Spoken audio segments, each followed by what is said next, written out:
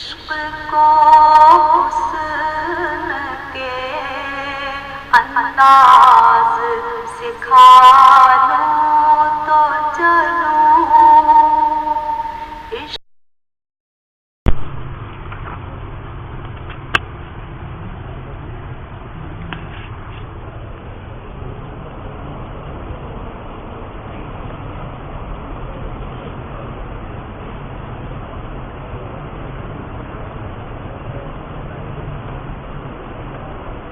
ایک ہاتھ سے دبا کر.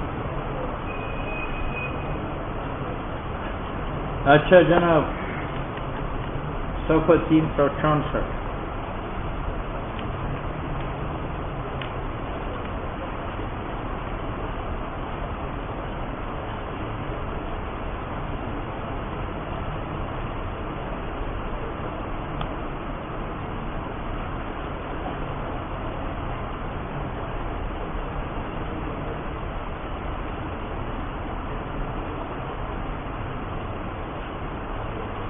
سنو بھائی، دلالتی وضعی کی بات آئی تھی نا. دلالتی مصنف کہتے وضع کس کو کہتے ہیں؟ وضع. تو ہم وضع اس کو کہتے ہیں وضاحت الکتاب، ٹھیک ہے. اور ان کی نزدیک وضع کا معنی لفظ کو متعین کرنا واسطے دلالت علی المعنی کے بذات، یعنی یہ لفظ متعین ہو جاتا ہے اس بات کے لیے تاکہ یہ اس معنی پر دلالت کرے اور دلالت کرے بذات. جس طرح میں نے کہا زید وضع ہے تبلیغی کے لیے، تو زید کی وضع ہونے کا معنی کیا ہے؟ زید کا متعین ہونا واسطے دلالت کے علت تبلیغی. بذات، بذات کا معنی کیا ہے؟ کہ اس ذات کا فہم اس لفظ سے موقوف علی القرینہ نہ ہو بلکہ علم بتعین کافی ہے. میرا علم آیا بتعین زید لتبلیغی، تو یہ تبلیغی پر دلالت کرے گا. تو وضع کا معنی کیا؟ تعین اللفظ للدلالت علی المعنی، اور دلالت علی المعنی بذات کرے گا یا بالقرینہ؟ بس.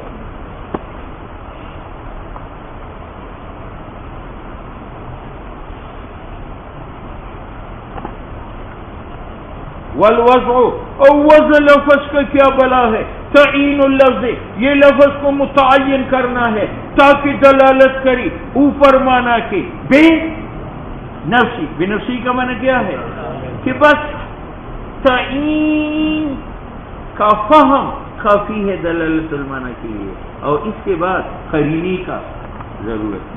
اے لید اللہ، تاکہ دلالت کرے نفس لفظ سے نہ بواسطہ اس قرینہ کے جو منضمل لفظ ہو.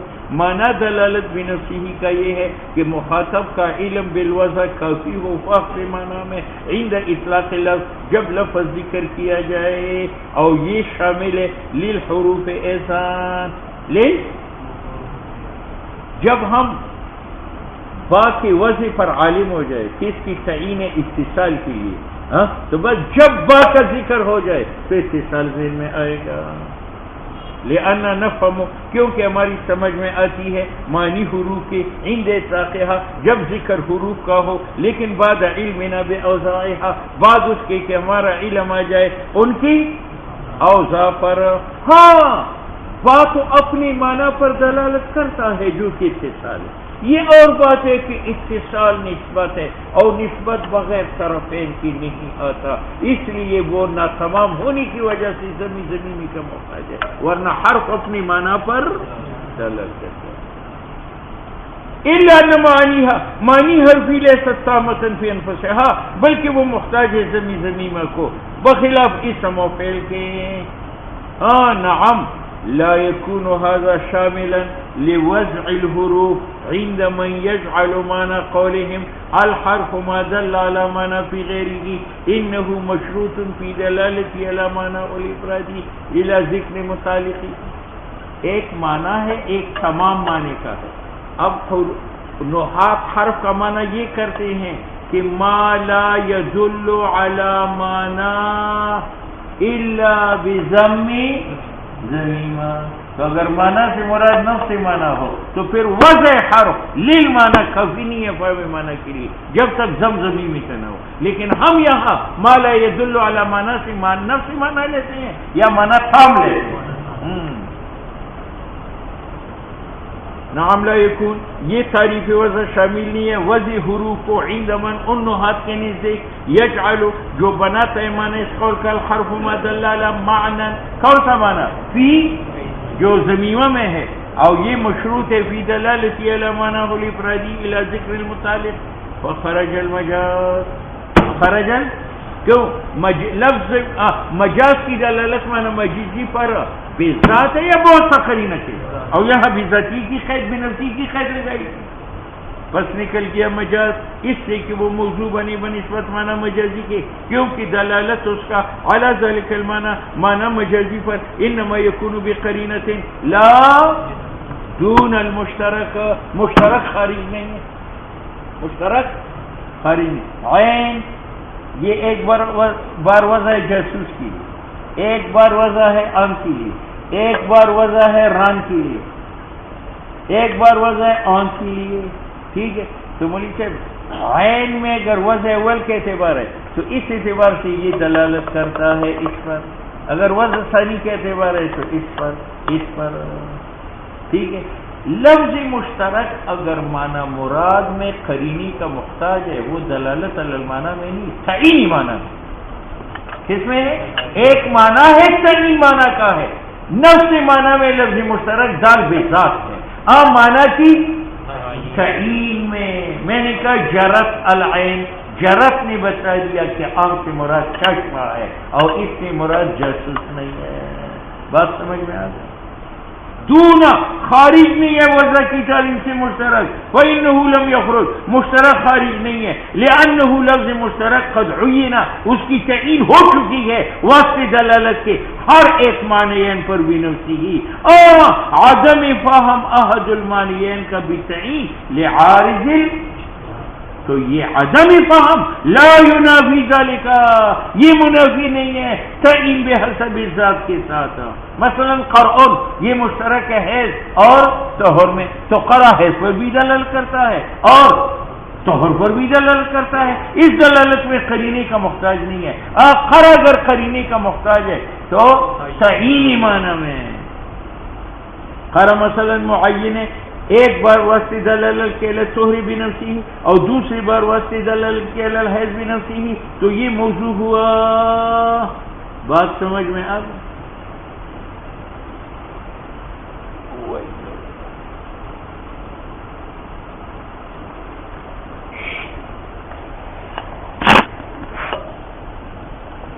خلخالی نے جو تلخیص کا نسخہ نقل کیا ہے اس نے یہ نقل کیا ہے فخرج المجاز لأن دلالته بقرينة دون الاستثناء دون المشترک کی جگہ اس نے کیا نقل کیا دون الاستثناء. میں نے کہا تبلیغی طویل النجات اس کا پٹھا لمبا ہے اور جس کا پٹھا لمبا ہے اس کا سینہ لمبا ہے. تو طویل النجات سے مراد طویل الصدر. اب طویل النجات کی طویل الصدر لینا یہ کنایا یہ اب خلخالی نے کہا کہ وضع کی تعریف سے کنایا خارج نہیں. کنایا تو اعتراض پڑتا ہے کہ طویل النجات ایک لفظ ہے اس کا معنی اچھی جو ہے پٹھے کا لمبا ہونا اور معنی ثانی جو ہے صدر کا لمبا ہونا. اب اس نے کہا کنایا خارج نہیں ہے کیونکہ اس کی دلالت بھی وسیع ہے تو اس کی دلالت وسیع ہے طویل النجات پر یا طویل الصدر پر. اگر آپ کہتے ہیں طویل النجات پر اس کا معنی اولا موصول ہے تو پھر مجاز کا بھی معنی اولا جو حقیقی ہے وہ بھی کیا تو پھر مجاز کیوں خارج کرتے ہیں. اور اگر آپ کہتے ہیں کہ طویل النجات کا نام معنی موصول جو ہے وہ موصول ہے یہ غلط ہے. معنی مستعمل اس کا کیا ہے طویل الصدر اور طویل الصدر اس کا موصول نہیں ہے. آپ نے کہا تھا کہ کنایا خارج نہیں ہے کیونکہ اس میں وضع ہے. تو میں پھر پوچھتا ہوں کہ طویل النجات میں وضع ہے معنی اصلی کے لیے یا معنی مستعمل اصلی کے لیے. اگر آپ کہتے ہیں وضع ہے معنی تو معنی اصلی تو مجاز کا بھی موصول ہے. اگر آپ کہتے ہیں مانا مستعمل بھی موصول ہو گئے، اس سے بڑھ کر جھوٹ نہیں ہے، یہ تو غیر موصول ہے.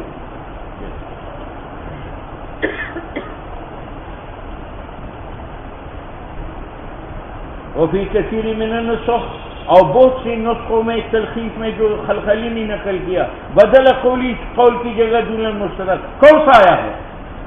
دون الکنایا، وہ ہوا صحن، یہ غلط ہے. کیوں؟ اگر کنایا خارج نہ ہو جائے، اس کا معنی کہ کنایا مستعمل موصول میں، تو کون سی موصول میں، اول میں یا ثانی میں؟ اگر اول میں تو پھر مجاز کا بھی معنی اصلی کیا ہے؟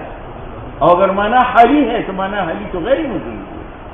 لأنه يريد، اگر ارادہ کرے کہ کنایہ بنسبت معنی اصلی اول کی موضوع ہے تو مجاز بھی ضرورت ہے. ان الاسد، اسد اس قول میں مارا ہے تو اسدا یرمی، اب معنی مستعمل فی تو رجل شجاع ہے یرمی کی وجہ سے، لیکن اس کا معنی اول حیوانی مفترض ہے، وہ موضوع لہو ہے یا نہیں ہے؟ موضوع للحیوان المفترض، اگرچہ سے مستعمل نہیں ہے. اور اگر آپ ارادہ کریں کہ کنایہ موضوع ہے بنسبت معنی کنائی کی جو لازم ہے معنی اصلی کے، وہ فساد ظاہر، کیونکہ یہ دلالت پر بنفسی نہیں کرتا بلکہ بواسطہ قرینہ کے کرتا ہے.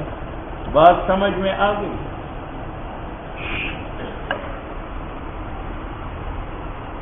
بعض لوگوں نے کوشش کی کہ دون الکنایہ کا نسخہ صحیح کر، دون الکنایہ کا نسخہ کہ حق وضع سے مجاز نکل گیا، دون الکنایہ خارج نہیں ہے.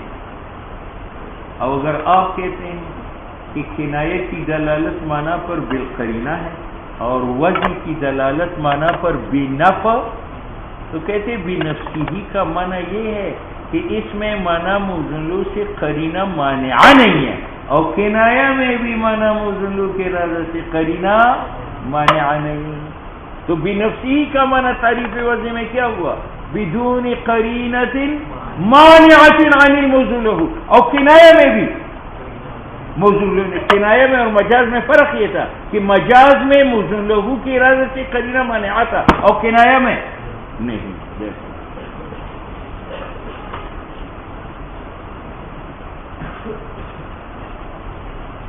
لا يقال، معنی اس قول کا تعریفی وضع میں بنفسی ہی، یعنی من غیر قرینۃ مانعۃ، کہ وہاں قرینہ مانعہ نہیں ہے ارادہ موصول لہو سے، یا من غیر قرینۃ لفظیۃ، اور یہ دونوں تعریف کنایہ پر صادق ہے، کنایہ میں قرینہ مانعہ نہیں ہے، کس سے؟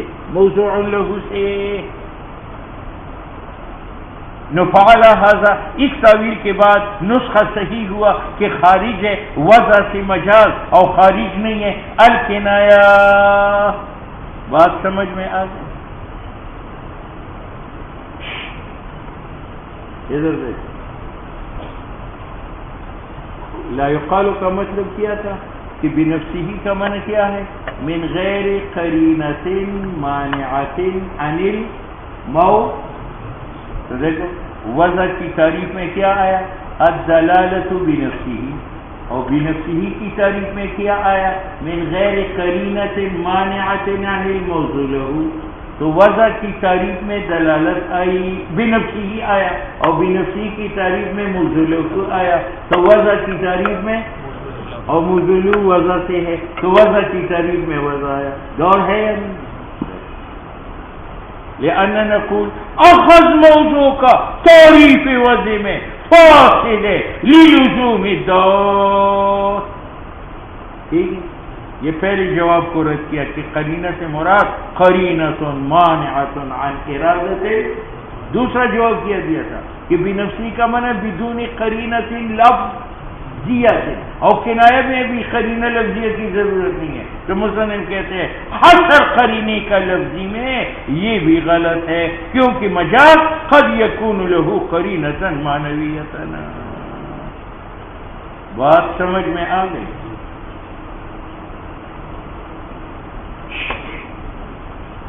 پھر اعتراض، پھر یار دون الکنایہ کا نسخہ صحیح ہے اور کنایہ وضع سے خارج نہیں ہے. کیوں؟ وجہ یہ ہے کہ سکاکی کہتے ہیں رأیت اسدا فی الحمام. رأیت اسدا یہ کنایہ ہے رجل شجاع، لیکن یہ اسد مستعمل ہے معنی موزون لہو میں. کس طرح؟ اسد دو قسم پر ہے، ایک حقیقی جو حیوانی مفترس ہے اور ایک ادعائی.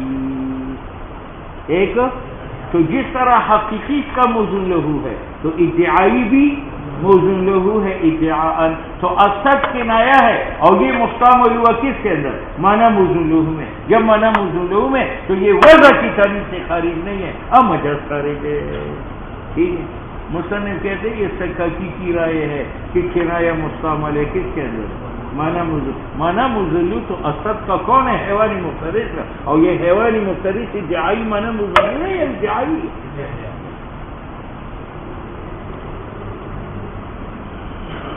لا يقال معنی کلام مصنف کا یہ ہے کہ خارج تعریف حقیقت کی مجاز دون الکنایا، کیونکہ کنایا بھی حقیقت ہے. جیسے صاحب مفتاح نے اس پر تصریح کی ہے کہ اسد مستعمل ہے کس کے اندر؟ حیوان مفترس ادعائی میں، اور وہ موزون لہو معنی ہے. ہم کہتے ہیں یہ فاسد ہے علی رائے المصنف، کیونکہ کنایا مستعمل نہیں ہے مصنف کے نزدیک فی موضعت لہو موزون لہو میں، بل مستعمل ہے فی لازم الموزون لہو مع جواز ارادت الموزون لہو. بات سمجھ میں آ گئی؟ والقول بدلالت اللفظ لظاہر فاسد.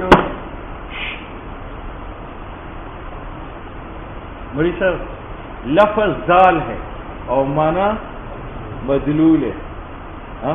اس دال اور مدلول میں واسطہ ہے یا نہیں؟ تو مصنف نے کہا واسطہ ہے وضع. کیا ہے؟ وضع. وضع نے لفظ کو دال بنایا کس کے اوپر؟ مفہوم پر. اور بعض لوگوں نے کہا یہ لفظ دال ہے اور یہ معنی مدلول ہے، اور دال و مدلول میں یاری ہے براہ راست، بیچ میں وضع نہیں ہے. تو وہ قائل ہے کہ لفظ کی دلالت معنی کے اوپر بالذات ہے، نہ بواسطہ وضع کی، نہ بواسطہ. ٹھیک ہے. مصنف نے کہا جس نے کہا کہ لفظ کی دلالت معنی پر بذات ہے، یہ بات لغو ہے، بذات نہیں ہے بلکہ بواسطہ وضع کی ہے. جیسے پہلے کہا تھا والوضع تعین اللفظ للدلالت علی المعنی بنفسه. اور جس نے قول کیا ہے کہ لفظ دلالت کرے گا معنی پر لذاتی ہی، تو یہ قول ظاہرہ فاسد، یعنی ذہب بعضهم کہ دلالت الفاظ کا اپنی معنی پر محتاج وضع کو نہیں ہے، بلکہ لفظ اور معنی میں مناسبت ایک ربط طبعی ذاتی، وہ ربط ذاتی تقاضا کرتا ہے دلالت کل لفظ، دلالت ہر لفظ کا اپنی معنی پر لذاتی. فذهب المصنف، مصنف و جمیع محققین نے ذہب کیا کہ الی ان هذا القول فاسد، یہ قول فاسد ہے جب تک محمول ہے ظاہر پر. بات سمجھ میں آ گئی؟ اور اس کی وجہ یہ ہے کہ اس میں 3 خرابیاں. اگر لفظ کی دلالت معنی پر بذات ہے اور درمیان میں وضع کا واسطہ نکالا جائے تو پھر لغات مختلف نہ ہوتی، لغات مختلف نہ ہوتی. قمیص جو ہے یہ لفظ ہے اور یہ اس کا معنی. اب اگر قمیص کی دلالت اس لباس کے اوپر ذاتاً ہوتا تو عرب میں بھی اس کو قمیص کہتا، ہندوستان میں بھی قمیص کہا جاتا، اور فارسی میں بھی قمیص کہا جاتا، انگریزی میں بھی قمیص کہا جاتا. لیکن انگریزی میں اس کو قمیص کہتے ہیں، کوئی شرٹ کہتے ہیں. معلوم ہوا کہ اس کا وضع اس کپڑے کے لیے عرب میں قمیص ہے، انگریزوں میں نہیں ہے. وضع بدل گیا تو دلالت بدل گئی. اگر وضع بیچ میں نہ ہوتا تو اختلاف لغات کا نہ ہوتا. انگریزی، عربی، فارسی، اردو، پشتو سب میں اس کا نام کیا ہوتا تھا؟ حالانکہ سب میں الگ الگ نام ہے اس کا یا ایک نام؟ ہاں، 2 خرابیاں اور آ رہی ہیں.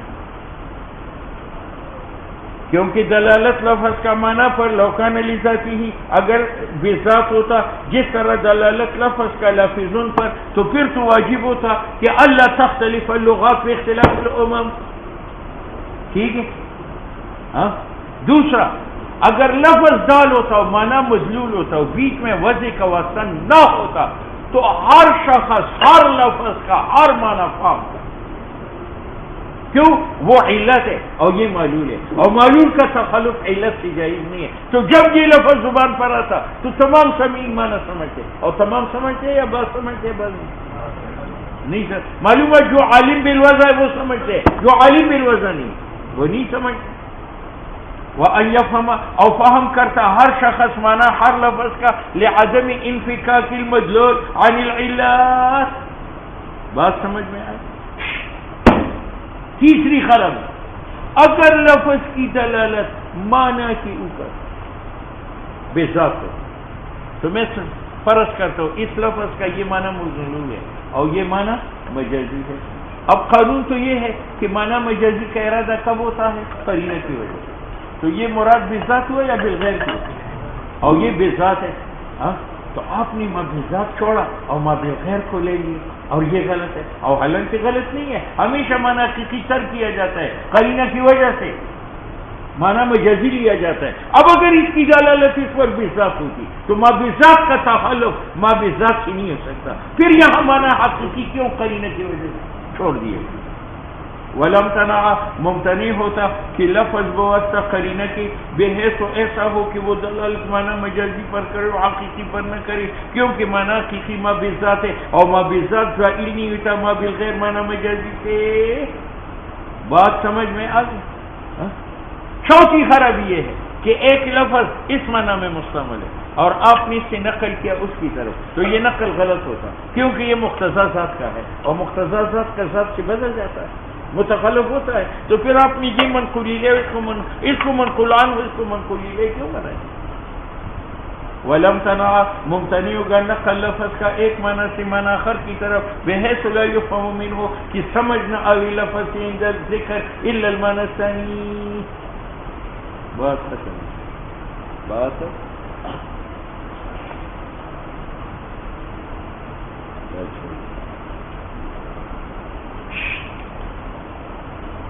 آپ بتائیں جن لوگوں نے کہا کہ الفاظ کی دلالت معنی کے اوپر لذاتی ہی ہے، وہ صحیح تھا یا غلط ہے؟ غلط بظاہر. اور اگر طویل کیا جائے ہو سکتا ہے. طویل یہ ہے کہ لفظ کی دو معنی ہیں، ایک معنی موزون لہو ہے، ایک معنی اور ایک خاصیت ہے. ایک معنی اور ایک خاصیت. مثلا تعلم یا تعلم تعلما باب تفاعل ہے. باب تفاعل کی خاصیت کیا ہے؟ تقلب. تو تعلم کا ایک معنی موزون لہو ہے علم حاصل کرنا، اور ایک اس کی خاصیت ہے تقلب سے حاصل کرنا. کتنی معنی ہوئی؟ تو سکاکی نے کہا کہ جن لوگوں نے کہا کہ لفظ کی دلالت معنی پر بذات، اور مصنف نے جو کہا کہ لفظ کی دلالت معنی پر بالوضع ہے، ان میں مخالفت نہیں ہے. مصنف نے جو کہا کہ لفظ کی دلالت معنی پر بالوضع ہے، کون سے معنی پر؟ جو موزون لہو ہے. تعلم کا معنی علم حاصل کرنا، اس پر بہت وضع ہے. اور بعض نے کہا کہ تعلم کی دلالت معنی پر بذات ہے. کس معنی پر؟ خاصیت پر، یعنی تکلف کے لیے وجہ نہیں ہے، اس کے ساتھ لازم ہے. اب بات سمجھ میں آئی؟ تو ایک ہوا معنی موزون لہو اور ایک ہے خاصیت. آپ کو فصل اکبری میں خاصیت ابواب کے آئیں گے. تو باب تفاعل مثلا تأکل، اس کا معنی موزون لہو اکل، اور ایک اس کی خاصیت ہے تکلف سے کھانا. تو مصنف نے اور محققین نے جو کہا کہ لفظ کی دلالت معنی پر بہت توازہ کی، وہ کون سا معنی؟ موزون لہو. تأکل کی دلالت خالی پر باعتبار وضع کی، اور بعض نے کہا بذات ہے، وہ کون سا؟ خاصیت. یہ معنی ہے. وَتَأَوَّلَهُ اور تأول کیا ہے قول بدلالت اللفظ ذاتی ہی کا سکاکی نے اعترفہ عن ظاہری، اس کو پلٹایا ہے ظاہر سے، اور کہا کہ یہ تنبیہ ہے علی ما علیہ ائمۃ علم الاستحقاق والتصریف. اس سے مراد علم صرف ہے، وہ یہ کہ ان للحروف فی انفسها خواص، کہ حروف کے لیے فی نفسها خواص ہے. موزون لہو ہے یا خواص؟ تختلف، ان میں اختلاف آتا ہے. مثلا کل جہر، بعض حروف کی خاصیت کیا ہے؟ جہر و صوت والحمس. بعض حروف کی کیا ہے؟ پست آواز، بعض کی شدت، بعض کی رخاوت، بعض کی درمیان وغیرہ ذالک. یہ خواص تقاضا کرتا ہے کہ جو عالم ان خواص پر ہو، اذا اخذ، جب وہ شروع کرے، فی تعین شیء مرکب من علمانات، بیچ متعین کرنے ذات کے جو مرکب ہو ان خاصیات سے ایک معنی کے لیے وضع کرے. نو لا يحمل التناسب، وہ نہیں بھولتا تناسب بینہا قضاء لحق الحکمت. مثلا فصم، کیا فصم، فا صاد میم، اس کا ایک معنی موضوع ہے توڑنا، توڑنا، اور ایک اس کی خاصیت ہے کہ توڑا جائے لیکن انفکاک اجزاء کا نہ ہو. یہ فصم ٹوٹ بھی گیا اور انفصال اجزاء کا ہے. ہاں تو ٹوٹ جانے کا معنی موضوع ہے، اس پر یہ دلالت کرے گا فصم بے اعتبار وضع، اور عدم انفصال اجزاء کا یہ اس کی خاصیت ہے، اس کے اوپر دلالت بالوضع کرے گا یا بلا وضع کرے گا؟ بلا وضع. کالفصم بالفا الذی ہوا حرف رخو، چونکہ فا میں رفعت ہے، رفعت کا معنی کیا؟ نرمی، تو اس کا معنی توڑنا. اب ایک توڑنا سخت ہے، ایک نرم ہے. نرم کون سا ہے؟ جو بغیر انفصال اجزاء کے ہے. کسر الشیء من غیر ان یبینا. بات سمجھ میں؟ اور فصم کے مقابل میں قسم ہے، قسم، قسم میں شدت ہے، تو اس کے معنی میں بھی شدت ہے. وہ کیا ہے؟ انفصال مع انفصال الاجزاء، کسر مع انفصال الاجزاء. اب یہ کسر پر دلالت کرے گا بہت وضع کی، اور انفصال اجزاء پر دلالت کرے گا بغیر وضع کی. کالقزم بالقاف الذی هو حرف شدید، یہ کسر شے کو ہے حتی یبینا، کس کے اجزاء جدا جدا ہو جائیں. بات سمجھ میں آ گئی؟ اسی طرح یہ تو حرف کا تھا، اب کلمات کا. جن کلمات میں حرف ساکن ہو اس کے معنی میں بھی سکون ہے. سکنا، کاف ساکن، تو سکنا کس کو کہتے ہیں؟ بیٹھنے کی جگہ یا دوڑنے کی جگہ؟ بیٹھنے کی. لفظ میں سکون تھا، معنی میں بھی سکون ہے. ٹھیک ہے. اور فعلان، فعلان اس اونٹ کو کہتے ہیں جو اونٹنی پر چڑھتا، تو فعلان سب متحرک ہے. تو چڑھنے میں حرکت ہے یا سکون ہے؟ حرکت ہے، بس یہی بات. ہاں تبلیغی یہ بھی ایک کام ہے دنیا میں. ہاں صرف لوٹا نہیں. وَإِنَّ لِهَيْئَةِ ترکیب الحروف، اور جب حروف کی ترکیب کرے تو ان کے ہیئت کے لیے خواص ہے، جیسے فعلان اور فعلنا بتحریک لما فیہ حرکت، چونکہ یہاں حرکت ہے تو ان کو کیا کہیں گے؟ نازوانا، نازا چھڑنا، چھڑنا بغیر حرکت سے ہوتا ہے. ساکنین سے تو کچھ بھی نہیں، ایک متحرک ہوگا ایک ساکن. تم نے متحرک کو بھی ساکن ٹھیک ہے، کیا کرا. وَكَذَا بَابُ فَعُلَا، بابو اب جناب جس کا مذہبی مضموم العین و مضاری بھی مضموم ہے، کاروما یا کرمو، تو اس کا ایک معنی مضلو ہے سخاوت، کیا ہے؟ اور ایک اس کی خاصیت ہے کرم، اس کو کہتے ہیں جو ماں کے پیٹ کی طبیعت انسان لے، یعنی امری طبعی ہونا. تو کرمت کی دلالت سخاوت پر یہ تو بے اعتبار وضع کی ہے، یہ مصنف و محققین کا مراد ہے. اور کرمت کی دلالت طبعی ہونے پر یہ بذات ہے. یہ جن لوگوں نے کہا کہ لفظ کی دلالت معنی پر بذات ہے. بات سمجھ میں آ گئی. فعل بزم شارفا کارما للافعال السبعیۃ اللازمہ. بات سمجھ میں آ گئی.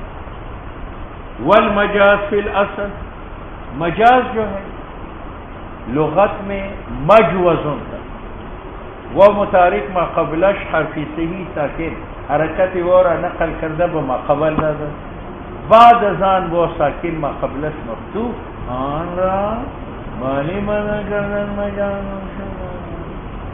اب یہ مجوزن یا مصدر میمی ہے، یعنی اس نے تجاوز کیا ہے مانا مزلو سے در مزلو، یا یہ صیغہ ظرف کا ہے یعنی جائے تجاوز مزلو سے کس کی طرف، یہ معنی ہے. فی الاصل مفعل یعنی مجوز تھا، جاز المکان یجوزہ گزر گیا مکان سے، اذا تعدہ نقل الی الکلمہ اور یہ منقول ہے اس کلمے کی طرف، الجائزتی جو نکل چکا ہو، یعنی المتعدیہ نکل چکا ہو، مکانی اصلی سے جو معنی موزون لہو ہے، ٹھیک ہے یا نہیں؟ یا اس کا معنی الکلمۃ المجوز بہا جس کو نکالا گیا ہے، معنی یہ ہے انہم جازوا بہا انہوں نے نکالے اس کلموں کو، وعدوها اور نکالا مکان اصلی سے جو موزون لہو ہے، کس کی طرف؟ معنی مجازی کی طرف. کذا ذکر الشیخ فی اسرار الدلالہ.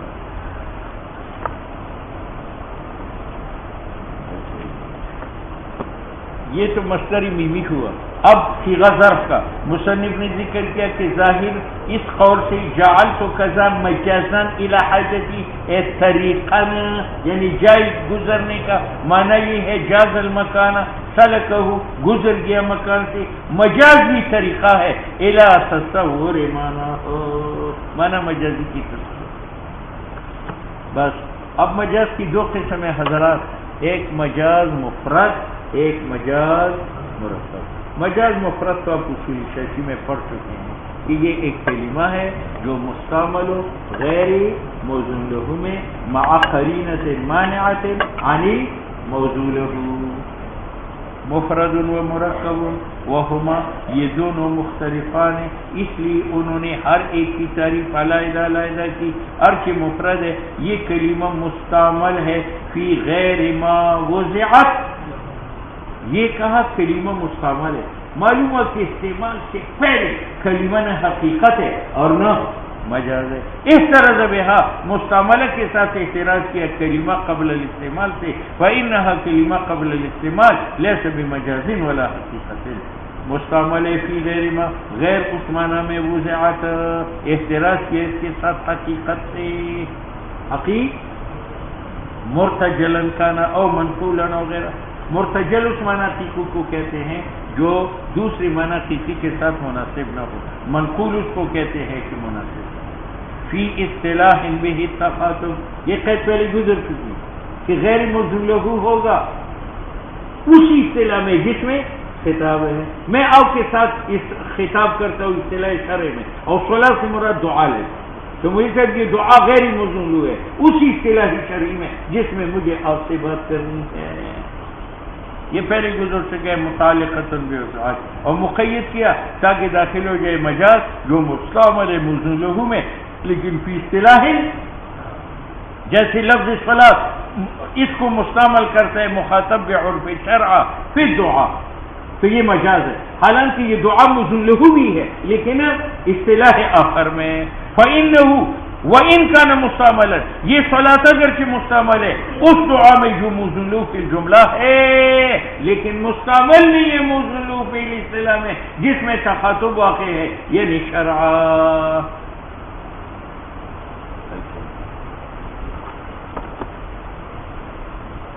وَلِيَخْرُجَ اور فی اصطلاحین کی قید لگا دی تاکہ خارج کرے حقیقت سے وہ جو جس کے لیے معنی خر ہو لیکن اصطلاح خر میں، جیسے صلاۃ مستعمل ہے بحسب شرع ارکان مخصوصہ میں، تو صادق ہے اس پر کہ یہ کلمہ مستعمل ہے غیر موزون لہو میں لیکن یہ ارکان مخصوصہ یہ غیر موزون لہو ہے اصطلاح شرع میں یا اصطلاح خر میں؟ آخر میں جو کہ لغت ہے. لا باصطلاح یقع به التخاطب علی وجہ علا، یہ علا وجہ یسکن علا جاری مجرور متعلق ہے مستعمل کے ساتھ. مستعمل ہو غیر موزون لہو میں مع قرینۃ عدم ارادتی، اور وہاں قرینہ ہو عدم ارادہ موزون لہو کا. اس قید کے ساتھ اعتراض کیا کنایہ سے، کنایہ میں بھی ارادہ غیر موزون لہو کا تھا لیکن اس کی ہوتی ہوئی ارادہ موزون لہو کا کیا تھا؟ جو فلا بد للمجاز من علاقہ. اب جب معنی مجازی غیر موزون لہو ہے تو کم از کم موزون لہو کے ساتھ اس کا تعلق ہوگا، کیونکہ لفظ کی دلالت تو باعتبار وضع کے ہیں اور معنی مجازی میں وضع نہیں ہے، تو کم از کم معنی موزون لہو کے ساتھ اس کی مناسبت آ جائے گا.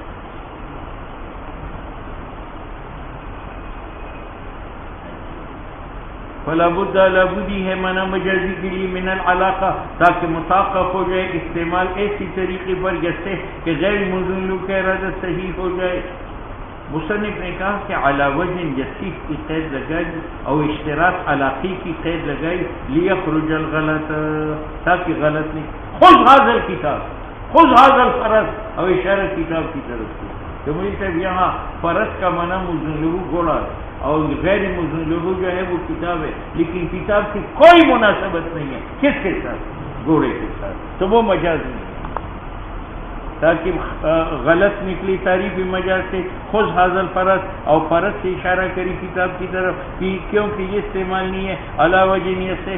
وانما قید بقوله مع قرینۃ عدم ارادۃ المزلو، تاکہ کنایہ خارج ہو جائے، کیونکہ کنایہ بھی مستعمل ہے غیر مزلو میں، لیکن اس میں جائز ہے ارادہ موضع له کا۔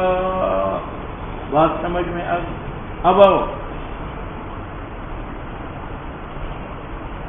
حقیقت کی اقسام، ایک حقیقت شرعی ہے، ایک حقیقت عرف عام ہے، ایک حقیقت عرف خاص ہے، ایک حقیقت لغوی ہے۔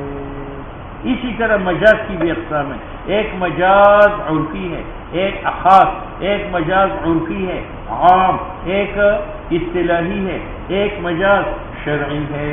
وکل منہما، ہر ایک حقیقت و مجاز میں سے ایک لغوی ہے، ایک شرعی ہے، ایک عرف خاص ہے، اس کو کہتے ہیں اصطلاحی، ایک عرف عام ہے۔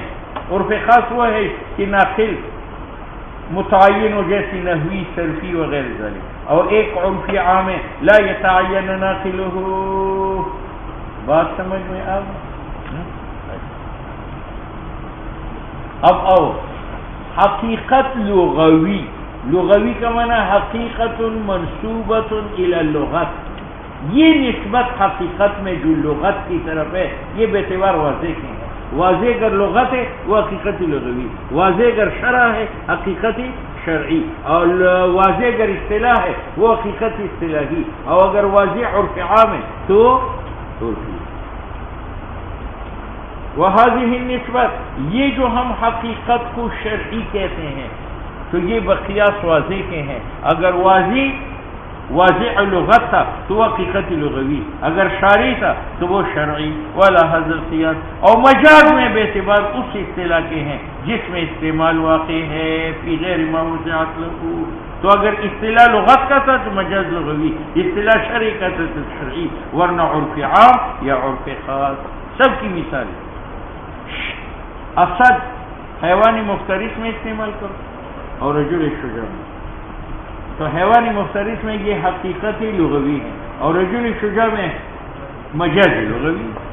کاسدی للسبو المخصوص والرجل شجاع، یہ حقیقت لغوی ہے سبوں میں، مجاز لغوی ہے رجل شجاع میں۔ او صلاۃ للعبادت المخصوصہ والدعاء، تو یہ صلاۃ حقیقت شرعیہ عبادت میں اور مجاز شرعی ہے کس کے اندر؟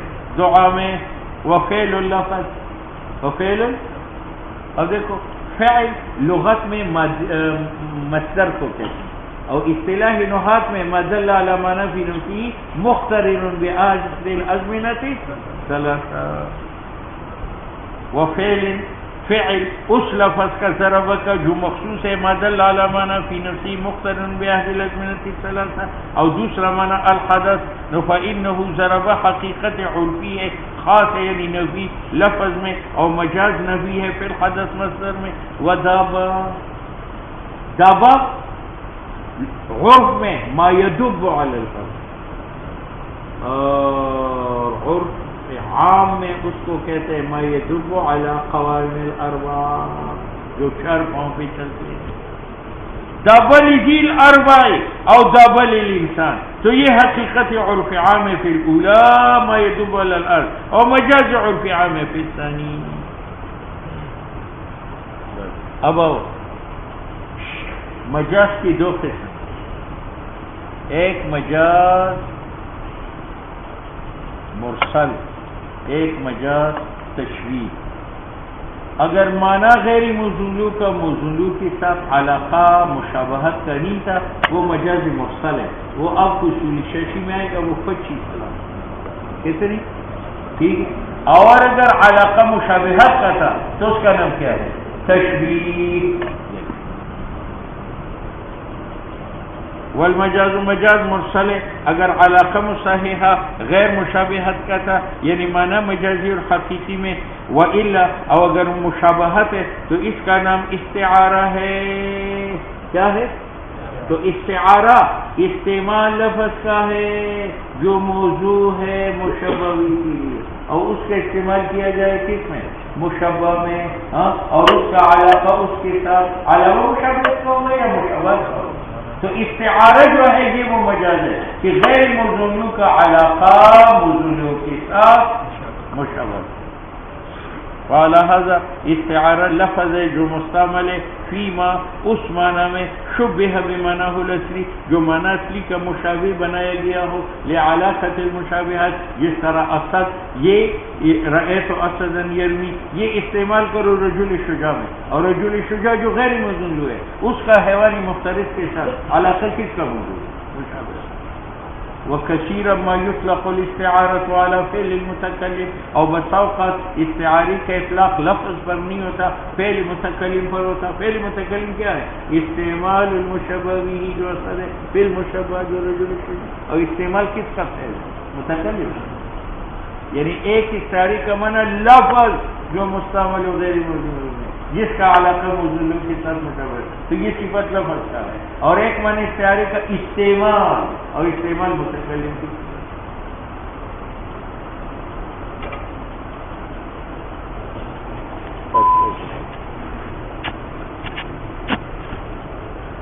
فلہذا یکون استعارہ بمعنی مصدر کے ہوگا کیونکہ یہ بمعنی استعمال کی ہوا نا، اور استعمال مصدر.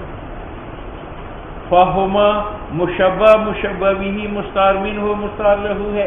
اول لفظ مستعار رأیت اسدا یرمی حیوانی مفترس مستعار منہ ہے، رجل شجاع مستعار لہو ہے، اور اسد مستعار ہے یعنی یہ مانگا گیا حیوانی مفترس سے واسطے رجل شجاع، لأنه لفظ بمنزل لباس کے ہیں جو مانگا جائے من احدنا ایک کے لیے، فألبس غیرہ والمرسل. بس مجاز کی دو قسم ہو گئے، ایک مجاز مرسل ایک استعارہ. بات سمجھ میں آ گئی؟ مجاز مرسل کے علاقات اصولی شرطی میں کتنے بنے تھی؟ وہ چیز وہ یہ وہ ہوا یعنی جس کا علاقہ غیر مشابہت کا ہو. کالیدی فی النعمت، ید کا اطلاق نعمت پر کرو تو ید سبب ہے اور نعمت کا اصول مسبب ہے، تو اطلاق سبب. اور تو ید کا معنی موضوع جارحہ مخصوصہ ہے، اور معنی مجازی کیا ہے؟ روپے پیسہ ہے. اور دونوں میں علاقہ کیا ہے کہ جارحہ مخصوصہ علت ہے ایصالی دراہم. ید موضوع ہے لجارحۃ المخصوصہ اور مستعمل ہو جائے نعمت میں لکونہا جارحہ مخصوصہ بمنزلہ علت فاعل کی ہے نعمت کی، کیونکہ نعمت منہا ید سے تصل و صادر ہے اور تصل الی المقصود.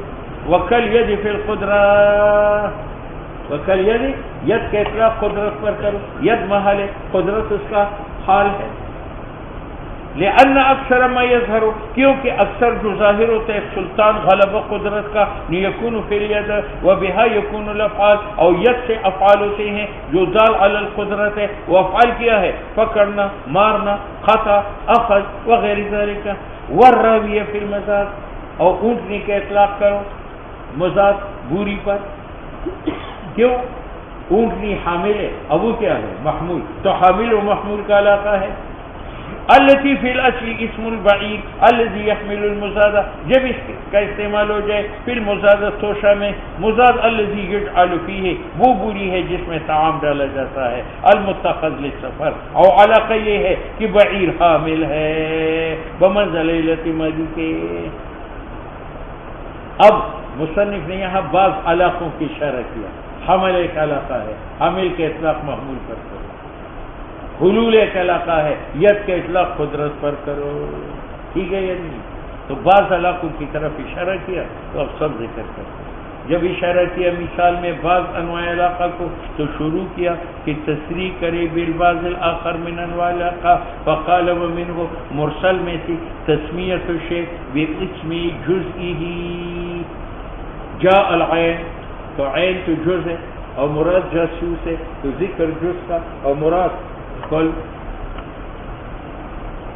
اس عبارت میں ایک نوع تسامح ہے. اصل عبارت یہ ہے ان فی هذه التسمیت، اس تسمیت میں مجاز مرسل ہے وہ لفظ موضوع جو عین لجزء شے ان اطلاقی علی نفس شے، جس طرح عین یہ تو ایک خاص عضو کا نام ہے، اس کا اطلاق کرو پھر ربیعہ جاسوس میں الشخص الرقیب اور عین جزء اسی.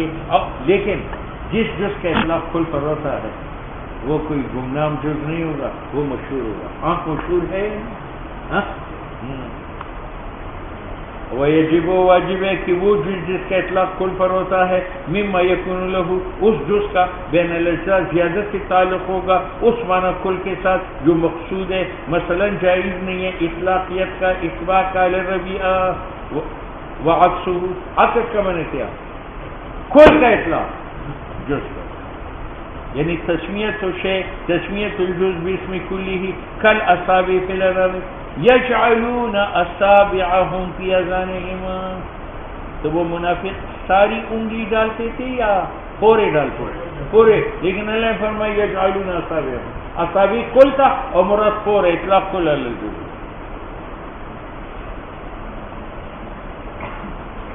کل اصابع مستعمل ہے انامل میں، وہ انامل جو اجزاء ہے اصابع کے اس قول میں یجعلون اصابعهم فی اذانہم. والتسمیۃ شیء باسم سببہ، اطلاق سبب کا مسبب پر. راعین الغیث، ہم نے بکری چرائی بارش میں یا گاس میں، لیکن بارش سبب ہے اور گاس مسبب ہے. اے رعین النبات الذی، وہ نبات سببہ الغیث جس کا سبب جو ہے وہ بارش ہے. اور تسمیت شیء باسم مسببہ، یا تسمیت سبب کا باسم مسبب، ذکر مسبب کا ہو. مراد امطرت، برسایا بارش نہیں، نبات گاس برسایا یا بارش برسایا، اے غیثن کیونکہ نبات مسبب عام ہو.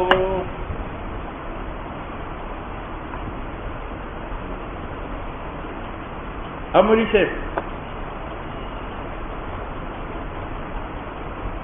تسمیت مسبب بھی اسم سبب، تو مصنف نے پہلی مثال پیش کی راعین الغیث، راعین النبات تھا، لیکن نبات مسبب سے تعبیر کی کس سے ہے، اور ایذا میں اس کی مثال اور دی ہے. وَأَوْرَدَ، اور صاحب تلخیص نے نقل کیا ایذا میں بیچ امثلت تسمیت و سبب بیچ مسبب کی یہ قول فلان اکل الدم. یہ دو تبلیغی بھائی، اس تبلیغی کو میں نے مار ڈالا، اب چاہیے کہ مجھ سے قصاص لے لے، لیکن میں نے کہا میں سیروزے کا خرچہ دے دوں گا، مجھے چھوڑ دو. تو اس نے سیروزے کی 10 روپے مجھ سے لے لیے. تو عرب کہتے ہیں فلان اکل دم آتی، تو دم سبب ہے اور یہ دیت جو ہے وہ مسبب ہے. تو اس نے دم کہا یا پیسہ کہا تھا؟ پیسہ کہا تھا، لیکن مسبب جو پیسہ تھا اس کو مسمى کیا بیچ میں سبب، اس کو دم کیا. فلان اکل من دم اخیہ، ٹھیک ہے. وہ کہہ گئے ایک اور مار ڈالو، 6 لاکھ کے لیے پیسے. اچھا مثال دی اکل الدم ای دیت، نو مسبب الدیت المسببت عن الدم، لیکن یہ مثال غلط ہے. بل هو من قبیل تسمیت المسبب باسم دم سبب ہے، اور دیت جو ہے وہ کیا ہے؟ وما کان علیہ. اور مجاز مرسل کے علاقہ میں سے اطلاق شے کا ہے بے اعتبار مکانے کی. اس کا باپ مرا تو میں کہا آت الیتیم اموالہ، اس کو میں یتیم کہتا ہوں. یتیم کسے کہتے ہیں؟ نابالغ جس کا باپ مر چکا ہو، اور یہ نابالغ ہے لیکن میں نے اس کو نابالغ کہا بے اعتبار مکانے کی. اے تسمیت الشیء باسم الشیء الذی کان هو علیہ فی الزمان الماضی، لیکن فی الحال اس پر نہیں ہے. وآت الیتامی تو وہ فی الحال یتیم تھی یا ماضی میں تھے؟ فی الحال نہیں تھی، ورنہ آتو اموالہم کا حکم کیوں؟ الذین، یعنی وہ کانوا یتامی قبل ذلک اذ لا یتم بعد البلوغ، بعد البلوغ یتم ہے نہیں. اور تسمیت الشیء باسم ما یؤول ذلک الشیء، یا اطلاق بے اعتبار ما یؤول کی. انی ارانی آخر خمرا، یوسف علیہ السلام کو ایک جیلر نے کہا میں خواب میں دیکھتا ہوں کہ میں نہ چھوڑتا ہوں شراب کو نہ چھوڑتا تھا یا انگور کو نہ چھوڑتا، لیکن انگور کو شراب کہا کیونکہ مستقبل میں وہ شراب بنتا تھا. اے عسیرا یؤول الی الخمر، یا تسمیت الشیء باسم محلہ، ذکر محل کا کرو، مراد حال۔ فلیدع نادیہ، ابو جہل بلائے اپنی مجلس کو بلائے یا اہل مجلس کو، لیکن ذکر مجلس کا ہے اور مراد اہل مجلس۔ اے اہل نادیہ، وہ اہل الحال جو واقع ہے فی نادیہ میں، اور نادیہ تو مجلس ہے، اور تسمیت الشیء باسم حالہ، یا ذکر حال کا اور مراد محل لے لو۔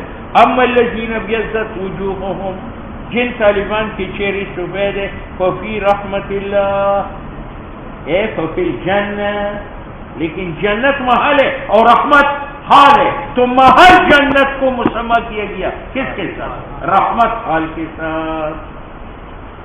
فی الجنت، او وہ جنت تحل فیہا الرحمہ، او تسمیت الشیء باسم حال۔ وَاجْعَلْ لِي لِسَانَ صِدْقٍ فِي الْآخِرِينَ، ابراہیم علیہ السلام فرماتے ہیں یا اللہ آئندہ لوگوں میں میری زبان لمبی کرو، زبان لمبی کرو یا ذکر لمبا کرو؟ تو ذکر محل کا ہے جو لسان ہے، اور مراد حال ہے جو ذکر حسن ہے، اے ذکر حسن، اور لسان تو اعلیٰ ہے ذکر کا۔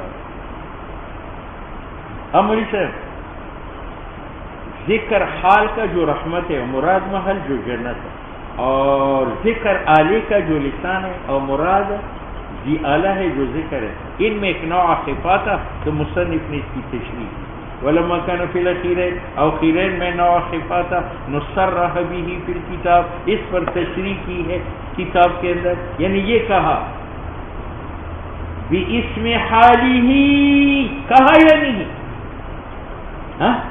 او باسم آلتہ، آلتہ پر تشریح کی ہے، آگے بارش کیا ہے آجی؟ اچھا جی، یہاں پر ایک اعتراض یہ ہے کہ مجاز مرسل ہو یا کنایہ ہو، دونوں میں انتقال ہوتا ہے معنی حقیقی سے جو ملزوم ہے، معنی مجازی کی طرف جو لازم ہے، اور لازم و ملزوم میں لزوم چاہیے، اور آپ نے جو امثلہ پیش کی ہے اس میں تو لزوم نہیں، لسان اعلیٰ ہے اور ذکر بھی اعلیٰ ہے، ان دونوں میں لزوم ہے، لسان ہوگا ذکر حسن نہیں ہوگا، بات ہے فیل قیلہ خط ذکرہ، ذکر کیا گیا ہے بیچ مقدمہ اسمان کے کہ مبنا مجاز کے انتقال پر ہے ملزوم سے لازم کی طرف، اور بعض انواع علاقہ کے بلکہ اکثر لا یفید اللزوم، ان میں لزوم نہیں ہے، بات سمجھ میں آئی؟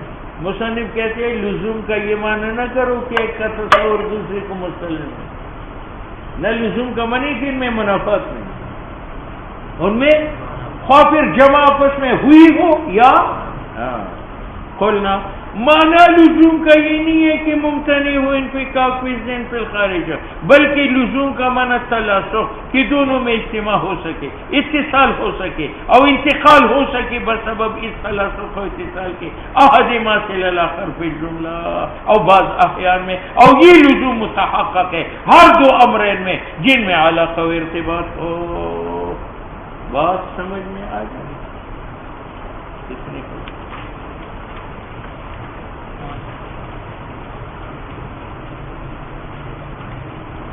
چاروں 5 5 چلو